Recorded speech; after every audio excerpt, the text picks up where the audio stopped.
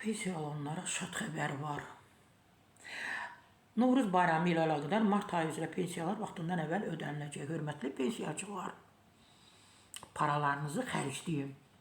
Mart ayında daha öncədən paralarınız, pensiyalarınız ödəniləcək.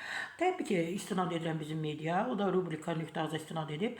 Pensiyaların martın 15-nə qədər tam ödənilməsi nəzərdə tutulub. Bununla bağlı müvafiq qurumlara göstəriş verir. Novruz bayramı ilə əlaqədar mart ayının pensiyalarının nəzərdə tutulan qrafikdən daha əvvəl olmaqla bayrama qədər ödənişinin həyata keçirilməsi üçün aidiyyatı işlər aparılır.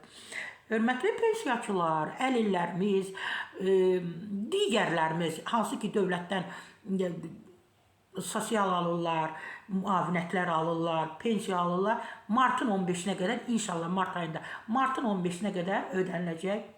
İstədiyiniz kimi bayram üçün bazarlıq edib masalarınızın üzərini bəzəyərsiniz.